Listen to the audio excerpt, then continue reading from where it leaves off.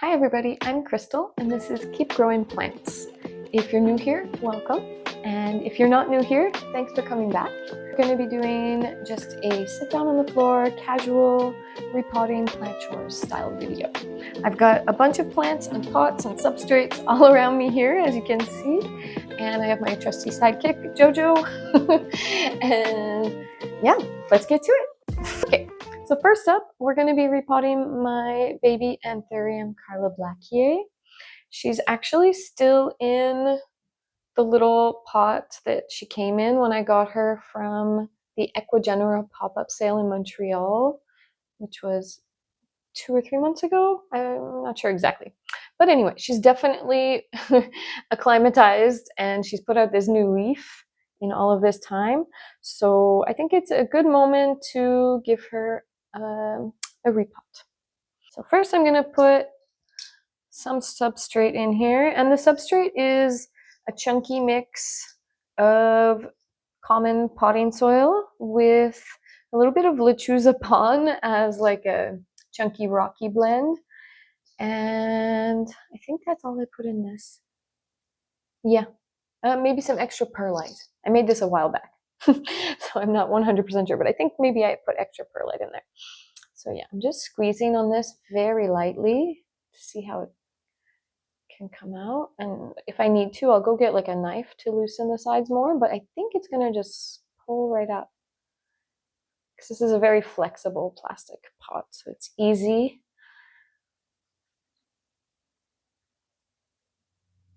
Push on that a little on the bottom. I often will like push my finger into the hole at the bottom. I don't know if everyone does that, but it helps to move it up. And I don't want to destroy this. This is such a precious plant. Really, really lucky to have her in my collection.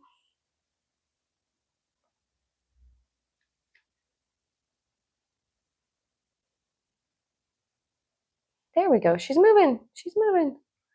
Yay. I would rather do this, if it's possible, to just gently pull out. I prefer that to jamming a knife down along the sides.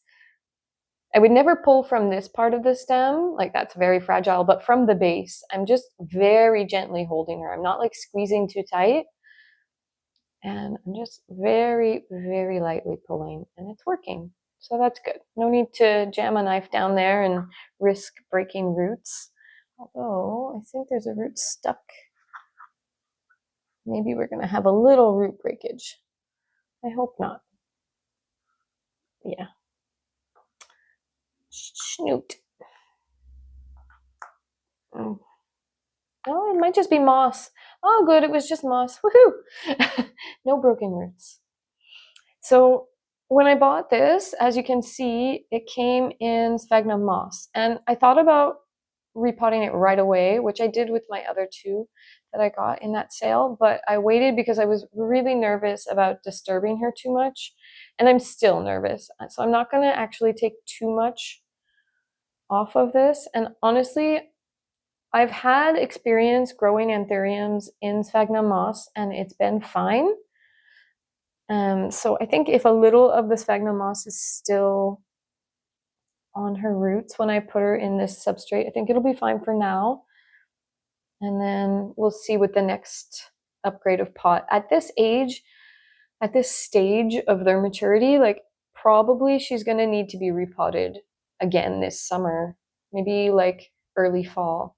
So, I mean, hopefully if she grows as well as I expect. So I may end up being able to loosen some more of the moss next time. I just want to be gentle this time because it is like the early days.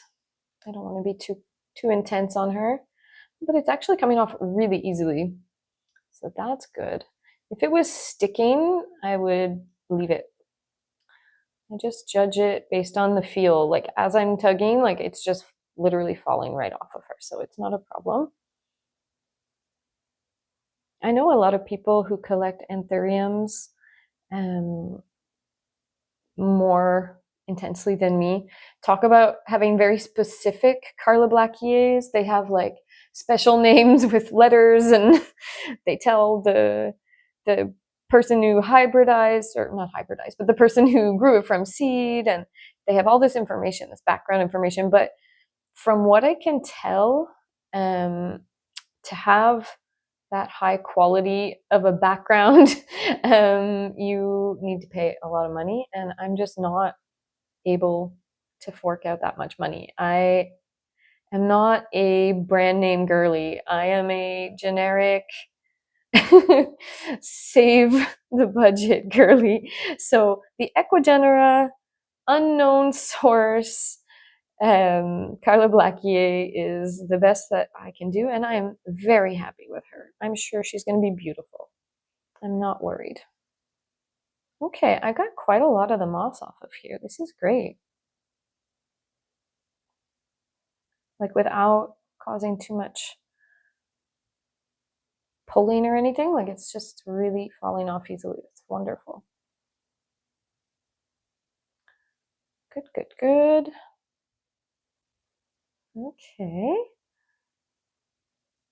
And the pot that I have chosen here, it is not actually a terracotta pot, even though it looks like it. And I do usually use terracotta, but this one is maybe some kind of clay, but it's also glazed and treated to look really rough and rugged. So it has a cool style. Like I like the terracotta rough, rugged style, but it's a glazed one. So that's going to keep a little extra humidity in there for her while she's little and fragile. It's probably a good idea. Although if it wasn't glazed, I would be fine. I'm pretty good at just me personally, I'm pretty good at keeping up on watering. I know that it's tough. Like a lot of people find it tough with terracotta. But personally, it is my typical pot choice. And I find that it has a lot of benefits as well. I'll explain a little bit more about that soon. This one's almost done. Oh, she looks so cute. Look at this. Oh, I love her. Please excuse the dirt under the nails if you can see that well. If you're watching me on the TV or something, I swear the dirty nails is because of the hubby.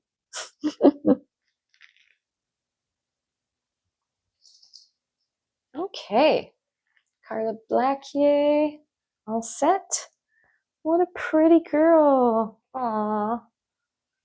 And you know, I chose to do her repot now because my thinking was that she's in between new leaves. So it's a really perfect moment because I never want to repot an anthurium when they're in the process of pushing out a new leaf, or even if the new leaf is out, but it's still hardening because they're so fragile, new anthurium leaves. Excuse me. They're so fragile, new anthurium leaves. And I really never want to risk it. So yeah, she hardened off this new leaf many weeks ago, and there's no sign of a new one yet, but I feel like it could come soon. There's a strong chance. So I felt like I got to repot her now, or it's going to be another like month or two before I can. And she was in such a small pot this whole time. So I hope she'll be happy. Okay, so I'm just going to clear this out of the way. And I actually reuse my moss unless I see that there's some kind of like problem, pest, bacteria, whatever with the plant. I reuse my substrates often. I'll just clear the space a little bit. There we go. And the next one up is going to be my Begonia Snowcapped Variegated. She does have a few little brown tips on the edges, and I'm really sad about that. But I mean, she was in shipping, and also this little pot that she came in is so tiny, it's been hard to keep up on the watering. So I'm really glad I'm gonna put her in a pot today. She's so beautiful. My goodness. Oh, I love her. Okay, so I'm gonna actually use this tiny little terracotta pot. I'm sure everybody's probably at home like, no, don't put a begonia in terracotta. But I actually feel very confident it's going to be fine. I had a maculata, which is also a cane begonia, a while back, and I had it in a terracotta pot for years, and I actually gave it to a friend. But oh, okay. Sorry, I didn't know that she had a little cord in here. This is actually like a self-watering. Good to know. So, yeah. So I had a maculata, and it did very well in terracotta. And I believe, from what I understand, this has similar care needs to a maculata because they're both cane begonias. So I'm just gonna go with what I know. And yeah. As I was saying before, during the Anthurium Carla Blackier repot, some of the things that I like about terracotta, there's a lot that I like about it, but one thing that I really like about it is that when I water, I can water in place and not have to do the labor of lifting the pot to empty the little tray because you know when you water and a little comes down in the tray, and it's not good to leave water sitting in the tray. With terracotta, you can leave the water sitting in the tray as long as it's not too much, because the terracotta will actually, within like an hour, maybe two max, it will reabsorb that extra water into the terracotta. So then you have the added benefit of extra water in the terracotta, so that prevents the issue of the terracotta absorbing the water you just gave the plant out. So it leaves the water that you gave the plant in there, and it makes it so you don't have to lift and empty a million pots. If you have a lot of plants and you start to get tired of the tasks, you know, every little way that you can minimize effort in the process of your watering helps a lot. I know self-watering is probably even easier. I know a lot of people love it for that reason, but me personally, at least at this point in my journey, I have been doing terracotta for most of my plants for this whole time, and I really, really feel good about it. I prefer the method that involves not lifting things up. With self-watering, I know from my friends explaining to me, you have to take the whole pot apart and put in new water that has things like hydrogen peroxide and stuff like that to keep it from growing mold. And that's just like another task that to me sounds really annoying and daunting. I don't want to have to periodically take over 100 plants one by one into the bathroom and clean the shells and put hydrogen peroxide in the water, and all of that stuff sounds like way too much for me. I know everybody's different. For some people, taking the watering can around more than once a week sounds like too much. For me, that doesn't sound like too much. That's what terracotta does, you know, like you do have to go more than once a week sometimes, depending on the plant, depending on the size, etc., depending on the time of year, etc. But for me, that isn't too much. For me, the other methods are too much. So everybody's different, and you just have to find the method that works for you. Yeah. Anyway, there is Begonia snow-capped, pink variegated. Stunning, stunning. Oh, I love her. I feel like this little cutie has been struggling, actually. I haven't had her that long. She's a Passiflora trifasciata. I think she's been struggling, and I think it's because this pot is so tiny.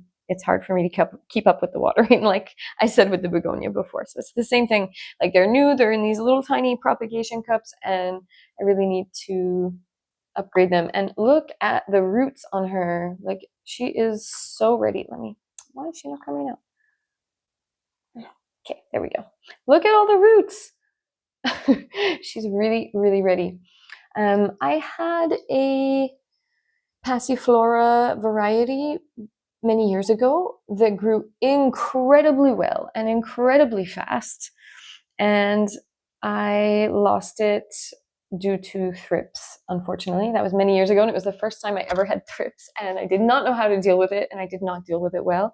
I literally threw everything in the snow. You might have heard me mention that in my last video, in the plant shopping video last week, or maybe 2 weeks ago, depending on when I put this out. But yeah, so that was a really, really sad time, because that Passiflora was so big. It had a pot that was like maybe 2 feet deep, and the vines grew up the wall all the way to the ceiling and across the ceiling and like draped down over my living room window. It was intense. So I'm really happy to have a new Passiflora back in my collection, and this one is even prettier than the last one with these beautiful variegations. I'm excited to get her in a proper pot and get her started in life a little bit better. So I'm gonna get some dirt in here for her.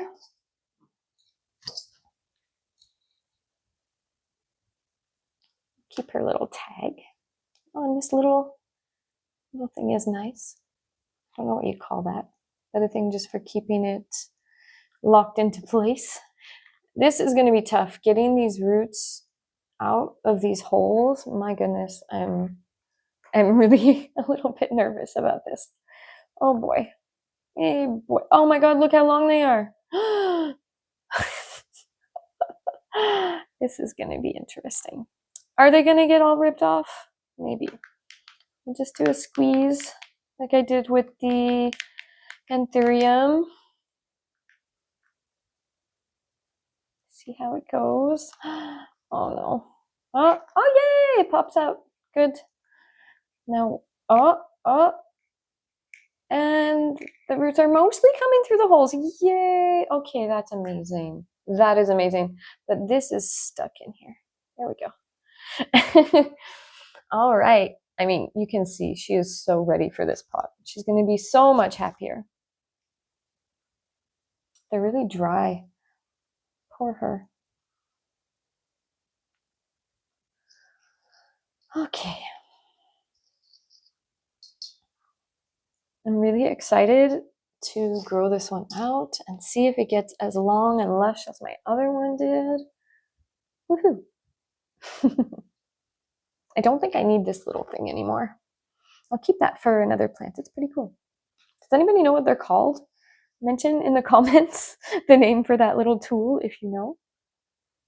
Don't these look like little duck feet, by the way? Or maybe like little dinosaur feet? I don't know. They're super cute anyway. All right, she's all potted up. I'm going to put her to the side. Next up, at the end, I'm going to water them all and set them up in their new locations, and I'll show you how I styled them around the house, how I placed them and arranged them. Next up is Begonia Sarawak, which I got in a trade from Natasha. You can see both the trade with Jenna and the trade with Natasha from Jenna's Plants and Planted in Platinum in one of my previous videos. You can check that out on my channel if you want to. So there we go. She's not looking amazing, but you know, she's still cute and I think she'll recover. I hope. I really hope. I'm going to put her in this jar because she's a Terrarium Begonia. Eventually, my plan is to put her in a big terrarium that I'm planning to make from scratch. But for the moment, until that terrarium project is up and ready, I need to get her in something more than just like a little 2 cups attached together situation. So for her, I'm going to put some sphagnum moss at the bottom and the substrate that she came in mixed together. She doesn't have that much roots. I'm going to pull this back. Her roots are really small and I'm not sure if they're doing great, to be honest. I hope she'll be okay.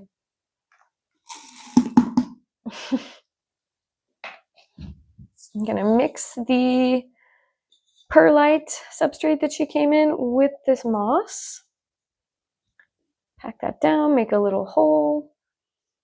I'm going to inspect these roots and see if there's anything that needs to be taken off. Yeah, I can see here there's a little bit of root that looks like it might be dead.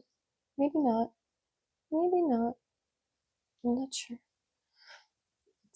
I've never grown this plant before.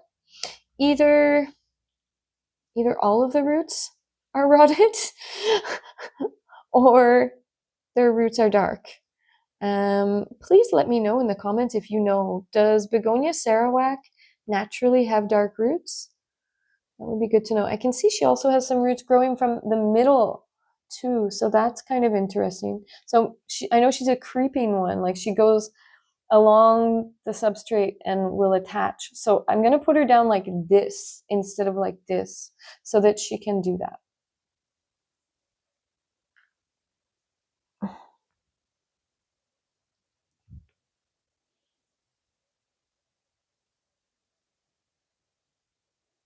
There we go.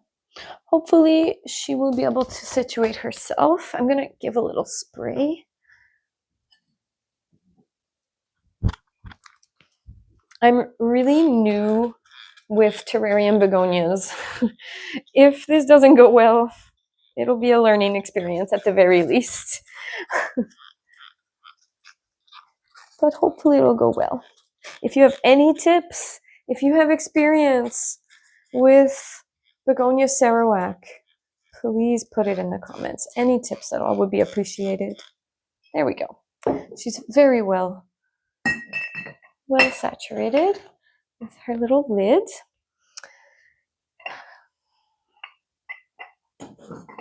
Next up, I have these two cool baskets. They are like bamboo and plastic mesh, and they're like little pockets.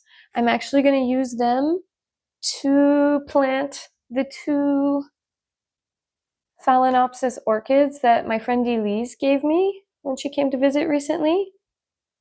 So I think they'll be cute, and I will hang them. Okay, I'll start with... Okay, so we'll start by putting some sphagnum moss. I have put orchids in these before, and it went very well. I might not keep them in there forever. It's going to depend on how irritated I get with the amount of extra work it is. Because whenever I have hanging airy baskets like this, the plants love them as long as I'm able to stay on top of the work. Oh, I'm finding there are some rotted roots in here. Oh, that's unfortunate. Okay, I'm going to go get scissors so I can trim those off before I repot this girl.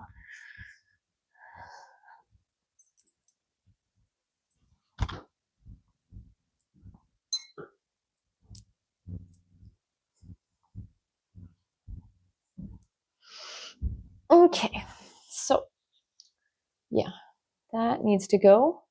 And we always have to chop off any dead roots that we find when we're repotting because they can mold, and actually you can see it's even happening. They can cause problems in the substrate. Oh, that's definitely not going well. Oh, poor baby. This root's alive there, but dead there. So unfortunately, that has to go.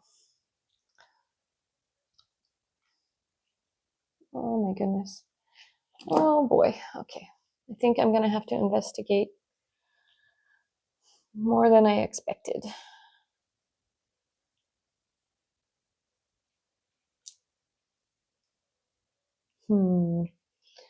That can happen. If we underwater for too long, then the next time we water, it can be a bit of a problem. Oh boy, she does not have very many roots in here that are alive. None of them, except for these two. Okay.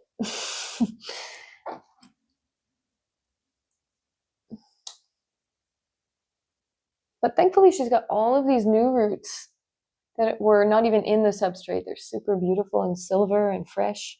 So she's obviously like a very resilient girl. I think she's going to be okay. I just want to make sure I don't leave anything that's going to rot.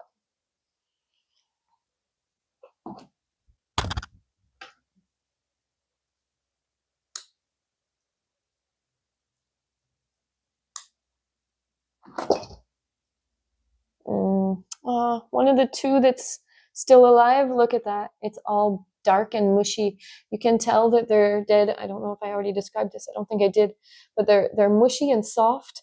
And when you like touch it, it feels like maybe you feel a string inside, but the actual root is very thick and lush and big, but here it's dead. So this is going to die soon too. So bye-bye, little one. Okay, this is the same. I'm not feeling very hopeful about this other one that's still there. Maybe I'm kind of tempted to just cut here and let her live with the new roots on top. But, oh yeah, look. That one's, it's a little yellowy. I think I'm going to do that. Oh boy, we'll see how it goes. Bye-bye. She does have all these roots on top, so it should be okay. And then we'll just cut off all the stuff that has potential for rot.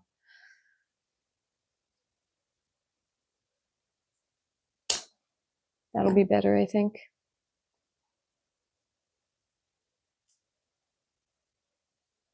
Might seem like I'm being rough, but honestly, it's for her best interest in the long run. There. Now she has nothing rotting on her. I'm just going to let that cut heal a little bit before I put her in here. I'm going to open up the other one and see what that looks like. Hopefully that situation's better. That pulled off really easily.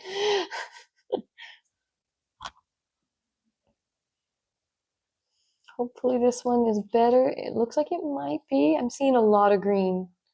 I'm gonna push this to the side. There's a lot of green. I think this one's probably okay.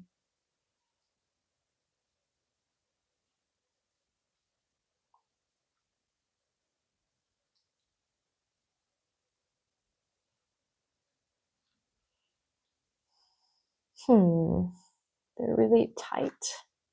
But you know what? I'm maybe not going to disturb them much because I don't think I need to. There's a little yellowing happening. I hope she's okay. Maybe. Okay, I'm gonna just pot her up like this because it seems like she's not like the other one. From what I can see, there's maybe a little risk. If I see anything bad going on with the foliage later, I'll take her out and check her again to see if the same problem was happening. So put a little sphagnum moss in the other basket too. And I'll pot her in directly. And I'm going to hold her with my thumb like this so that I can put some more moss around her feet.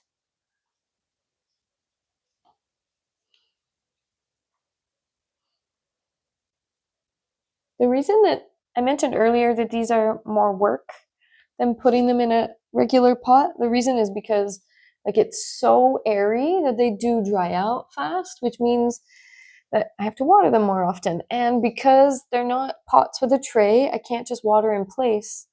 I have to take them into the bathroom and I put a little basket, a little tray in the bathtub and I water there. I do that with a few of my plants that are in things similar to this. So I'm going to have to add these two into the routine and see if it's too annoying.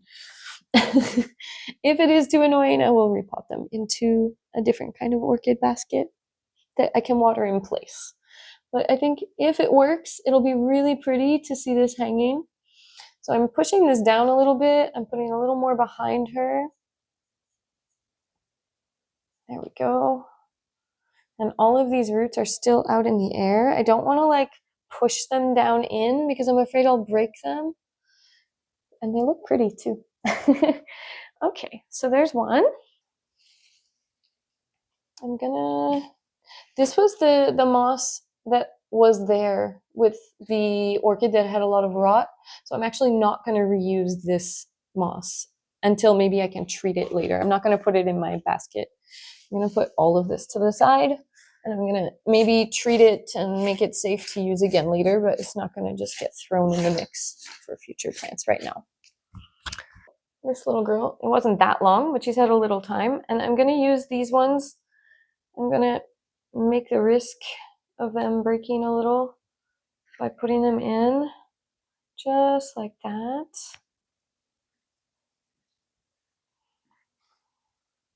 It's gonna be a bit tough, but it's okay. I'm just trying to gently curve the roots a little bit so that she can sit deeper in to this pot. I think it's working. Just gently curving them. They're really kind of fragile in my experience. And now I'm gonna gently try to push the moss in between her roots. I already had some in the base of the basket, and I'm just putting in a little extra. Filling in the gaps. I think my friend said that one of these has yellow blooms and one has pink blooms. If they can bloom for me, we'll see. That would be really pretty, especially if they're hanging, the place I'm gonna hang them. I think it would be really pretty to have some big, beautiful Phalaenopsis orchid blooms hanging in the air and drooping down. It will be a really nice touch. I have a few other orchids, but most of my orchids are like unique, more rare orchids. I have like some bulbophyllums and Paphiopedilum. I didn't have any Phalaenopsis until now. Thanks to my friend Elise. She gave these to me as part of like a group of plants that she gave me because she's downsizing her collection because she's about to move to a new apartment in a new town. And so she just needs to have less plants. I'm sure anyone who has moved with plants knows that it is not easy and you usually have to downsize before. I actually moved. I did a move about a year and a half ago with my whole plant collection, and it was a 2.5 to 3 hour drive in the winter. It was ridiculous. I wish that I had been filming stuff at that time to show you guys because it was insane. It took days, and my friend Elise, the one who gave me these orchids, she helped me so much. We used like hot packs, the kind that you can buy for like sticking in your mittens or your boots when you go hiking. We put hot packs in every box, and and we used, you know, like those emergency blankets that are like silver and foldable, and they're super tiny, and you like stick them in your glove compartment in case you ever get in an emergency situation to keep you warm. And yeah, so we lined every box with that. We put the heat packs in them and taped everything up as best as we could and stuck them in a truck in Canadian winter. And it was like late January, which is the absolute peak of Canadian winter cold, okay? If you don't know, if you're not from Canada and you don't know, trust me, it is crazy. I think it was minus like 30 something, almost minus 40 around there that time, at that time. So it was insane. And I miraculously arrived with everything still alive.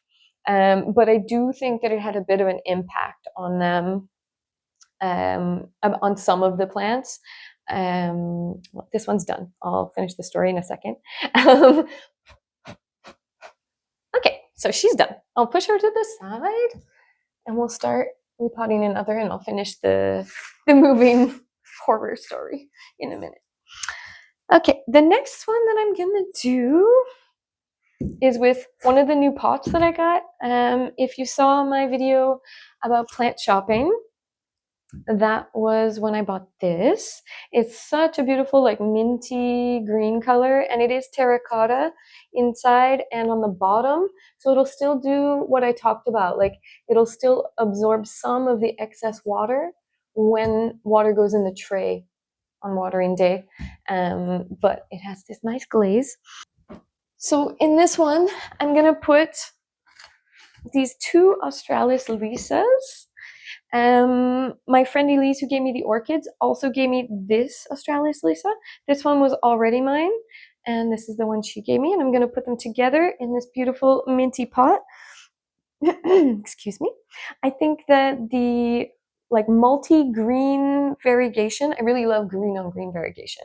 I am such a sucker for that, and I think that that's going to really look nice in this minty green pot, because it's actually like a different shade of green, and we've got 3 different green shades in the leaves, so that's going to make like 4 different shades of green altogether.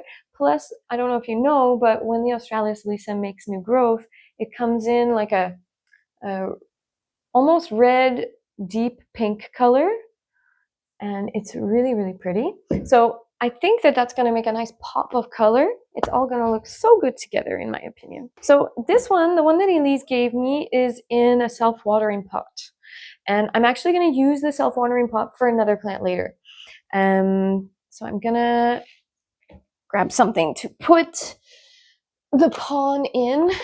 Another one of the self-watering pots that Elise gave me is where I'm going to put it. Here we go.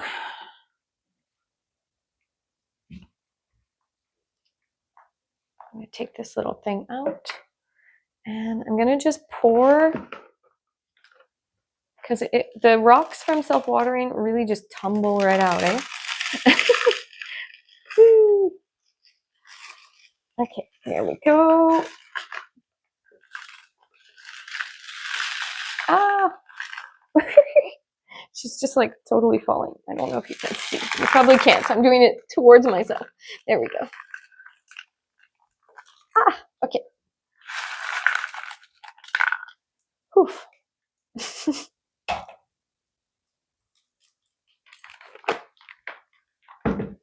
So there she is. Oh, actually, I should just do that a little bit. Not too much, though. Voila. So there's 2 cuttings that was in this, which is nice. That'll mean that there will be 2 points of growth, giving us the pretty pinky red growth points. That'll be nice. And this one here. The one that I already had is in a substrate that is similar to what's in this bowl. I'm actually going to put that in there.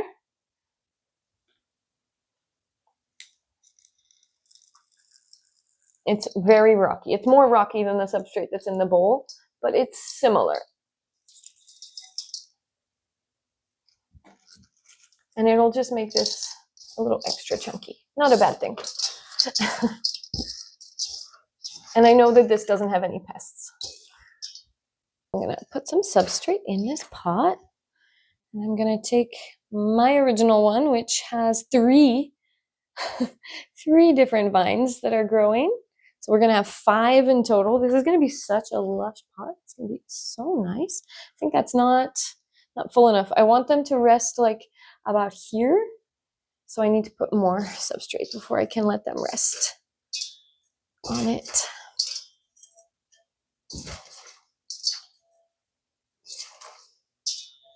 There we go. That's a bit better. Maybe a little more.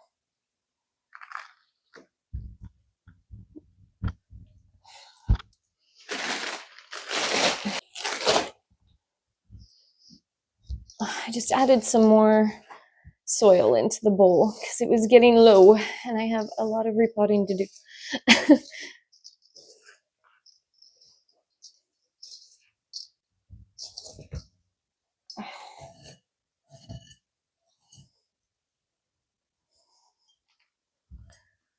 Okay, try again. How's that level? She's probably hating all this moving I'm doing for her.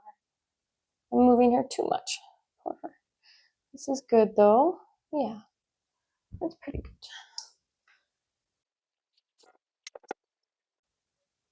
Oh, I almost forgot to finish my story. Sorry, I got in the zone. I'm not used to recording my plant chores. I usually just quietly do this. So yeah, my story. So we packed them all up.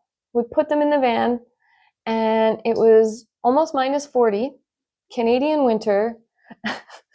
And in the end, they all survived, technically. We got here, opened up the boxes, everything was alive. And it was a miracle, honestly. But I think that some of them were affected by it because a few of them, not all of them, but a few of them started to deteriorate over time. And it was like, it seemed almost like they just weren't at their best, you know, like, and then eventually some of them died. And it didn't make sense. There were no pests. I wasn't doing anything wrong. It was just, yeah, they were not happy. I think that there was a long-term effect having been in that cold for that long. But in general, I'm impressed with how many did make it. Ooh, this one's going to be so pretty.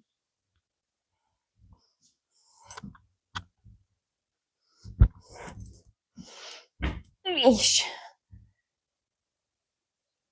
I am impressed with how many did make it. And like I said, I wish I had been filming around that time because I feel like I could have shown you exactly what I did.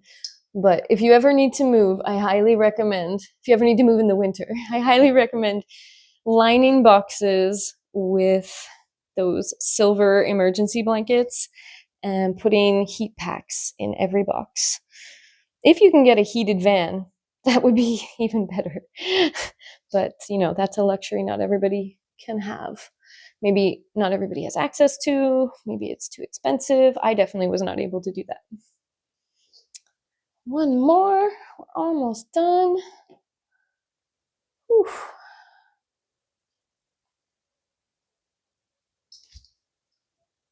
This is gonna be so pretty.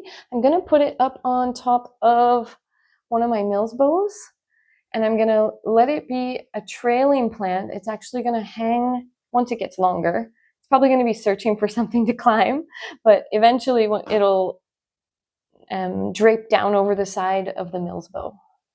And I think it's gonna be really pretty. My Australis Lisa pieces, you can see they look a little bit darker. Hers, the ones coming from Elise, look lighter. So we talked about it a little bit, and even her red new growth looks redder. Mine looks paler, right?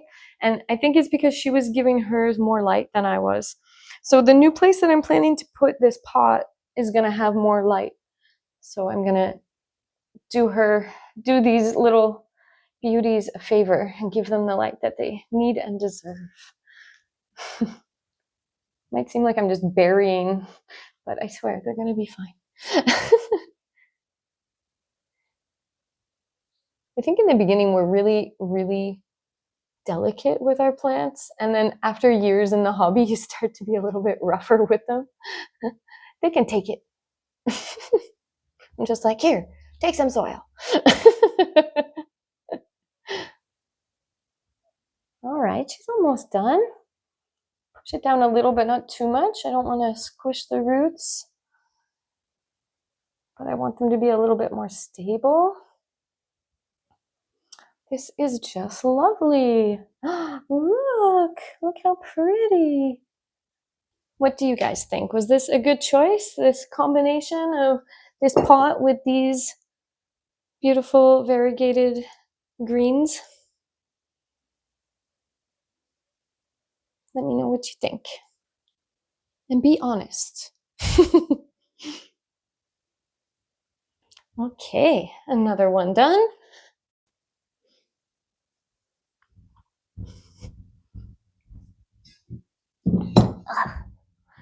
And the last one that we have to do, gotta clear some space. I'm getting claustrophobic.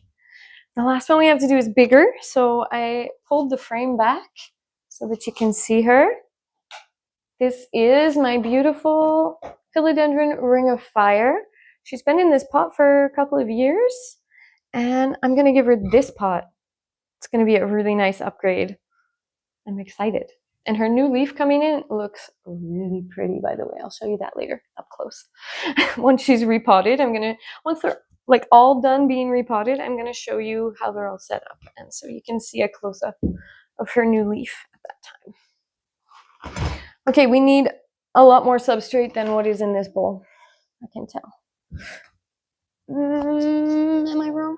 I think. I'm making a huge mess. Even though I have a potting mat here, I am making a mess on the floor. I'm going to have to vacuum for sure. Okay. As you can see here, I don't have her attached to a moss pole. I have just this like janky stick, but it's good enough. It works. It does the job. Ouch. I have a little piece of metal in here that was holding her to it, and I need to undo it. Ow, it hurts.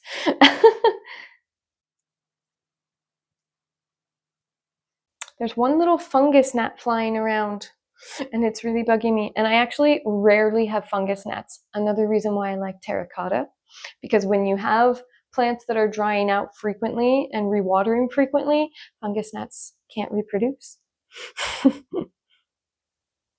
So the reason she's in here right now, I think, is because these self-watering plants from Elise came, and they can reproduce very well in self-watering pots. I'm considering trying self-watering. I'm not completely knocking it. Like, I get the appeal. I'm considering trying it for my anthuriums, but I'm not 100% sold on it. And I might just try one and see how it goes, and might end up putting it back. Okay, so the metal is off of her. The stick is out. The rocks, the decorative rocks are off. We're ready to remove her from the pot, but I'm just going to put some substrate in here first.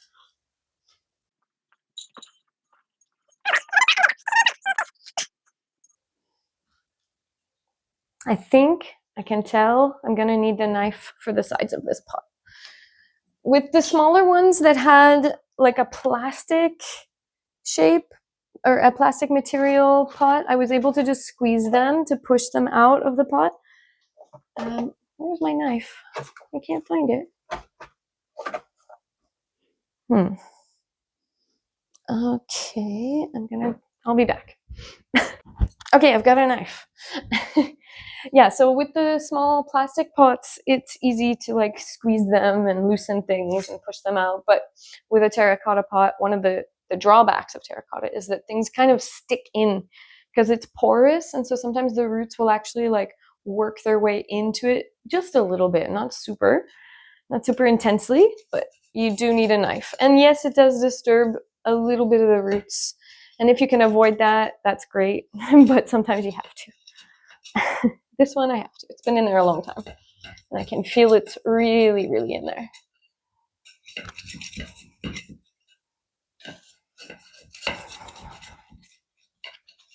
Okay. This shirt keeps pulling down. I have to keep making sure I'm not flashing you. If in editing I notice that I've accidentally flashed the camera, I will put like a little, I don't know, like a little sticker over it, or I'll crop it out or something. I'm regretting the shirt choice. I didn't realize every time I bend over with this shirt. It's funny. Okay, I've got my fingers like laced around it so that when it falls, I've got a grip on it. I don't know if you can see that well. Here we go. Oh, some of the roots are coming out of the bottom. Yeah, she's really ready. I'm gonna do that thing I talked about earlier where I push a little through the hole, just a little. There we go. She's loose. Woo! Yes. That was a bit rough, I know. Anyone at home that wants to tell me I am a plant abuser, I'm sorry. I'm doing my best. Especially with big plants like this, it is quite a task to repot. Okay. I think I will look. Are there any markings? Whoops, I'm flashing. Okay, I think it's good. She's got like a bit of a wobbly situation here. I think I want to plant her like this so that some of these little roots can go down and she can end up with extra roots in the substrate. I think that would be good for her. I clearly need a lot more substrate than I have in that bowl. Okay, we're gonna work with what we have for now. We'll go get some more. Maybe I'll get the stick in right away, just so that she stays upright while I go get the rest of the substrate. And I'll use that piece of wire that was hurting my fingers in the beginning to attach her to the stick.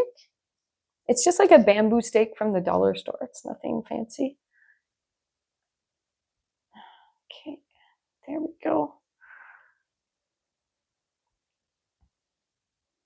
There. Now she's at least upright while I go get the rest of the substrate. I'm going to have to attach her up a little bit more as well, I think. Maybe not. I think this will be good. Stay. Stay. Okay. More soil. Clearly, I'm going to have to go get another bag of soil. I made a short video not that long ago of when I bought this bag of soil, and you may have seen it. It's in my YouTube shorts. It shows that I brought the bag home on my bike, which is pretty insane. It's, how heavy is it? It's 25 liters, and I carried it home on my bike. It's doable. Where there is a will, there is a way. Believe it or not, you can carry 25 liters of soil on a bike. And for anyone who's wondering, like, why didn't you just use your car? Yeah, that's the thing. I don't know how to drive. Not yet. I'm in the process of learning. I'm really taking my time. I am 44 years old and I have not yet gotten my full license. I put it off most of my life. I didn't need to be able to drive until recently, until my husband and I bought this house in the country, and now I really, really need to be able to drive. I always lived in situations where I could use public transport before, and you know, this is a bit personal, but I don't mind sharing. I had a situation happen at the age when everyone was getting their license.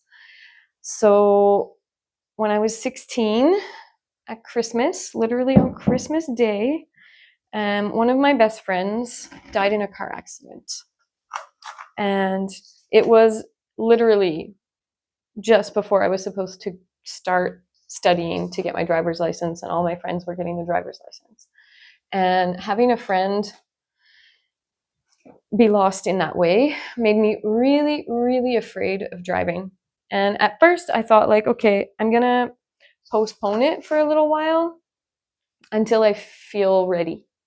And I just kept postponing, and I kept postponing, and eventually here we are, 44, still can't drive. But yeah, I got my learner's permit, and I did the program, which is really intense in Quebec, in Canada. Not everywhere in Canada, but in Quebec, Canada. If you want to get your license, you have to do a year-long series of classes that's every week for a year. It's really intense. And yeah, so I did that. That's been finished for a while. And now I'm at the point where I have my little certificate saying that I did the course, and I just need to do the official test. There's two tests. There's the theory test and the practical test, and I have to do both. I'm currently like studying and restudying everything that I learned in the class, and I have to practice because I really don't feel ready. But yeah, that's that. That's the reason that I used my bike instead of a car to pick up my soil. Sorry if touching the microphone made a noise there. That's the reason. That's why I picked up my soil on my bike instead of with a car. One day I will have my license, although some days I wonder if I'm ever going to do it. I'm trying to get over my fear.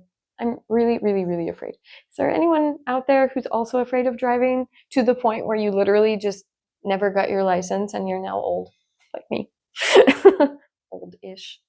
Let me know in the comments so that I don't feel as alone. Yeah. So that's the last plant we needed to repot, the philodendron ring of fire, and she looks really good in this. I'm happy. Now she can start putting out really big leaves. She's going to be a beautiful plant. I'm excited. I think I'm going to put her, well, I'll show you later. I think I'm going to put her over there. You'll know what over there means soon. Okay. As promised, here is a little tour of all the babies we repotted in their new places. This is the ring of fire. And her new leaf has lots of fiery colors in it. It's super beautiful.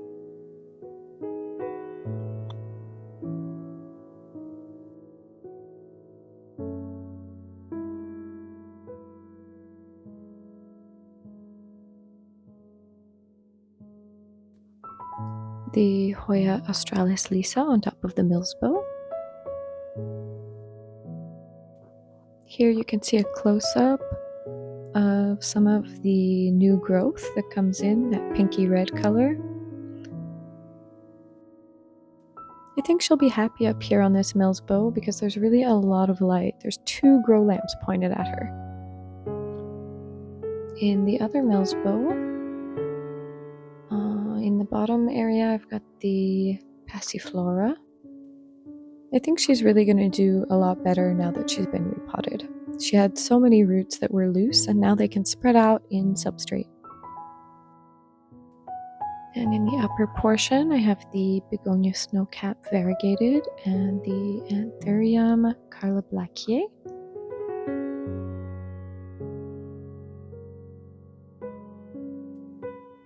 I know I sound like a broken record, but look how pretty. I don't think I'm ever gonna get over this variegation. I am a little concerned about the yellowing of the Carla Blackier leaf here, but I think she'll be okay. Over here in this beautiful corner hanging, I have the 2 orchids. They're in the right-hand side of the screen, hanging from the bamboo baskets. I really hope it won't end up being annoying adding 2 more airy baskets to my workload because they're really pretty like this. If you made it until the end of this video, which was a long one, thank you for sticking around. I really appreciate you all. And in honor of the beautiful ring of fire, let's put a fire emoji in the comments to say that you were here all the way until the end. Don't forget to like, subscribe, comment, share, all that stuff. You know how it works. And if you like bugs, stick around for an extra few seconds. I'm going to put a little clip of one of my pet spiders, just for those who love them. Yeah, that's it. Keep growing, everybody. Have a beautiful day. See you in the next one. Bye.